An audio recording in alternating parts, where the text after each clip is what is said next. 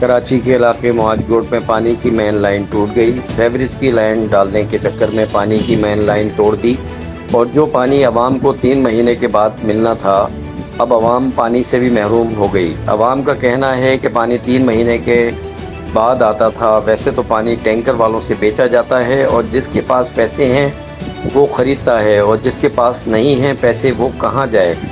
ये तोहफ़ा दिया है पाकिस्तान पीपुल्स पार्टी वालों ने हमें बल्दियाती इलेक्शन में।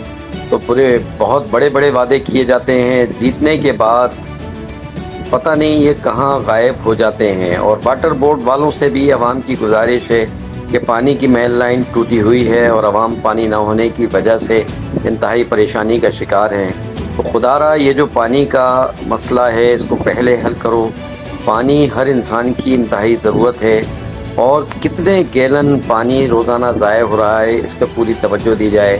कैमरा मैन नबील अहमद के साथ क्राइम रिपोर्टर अकरम खान, कराची।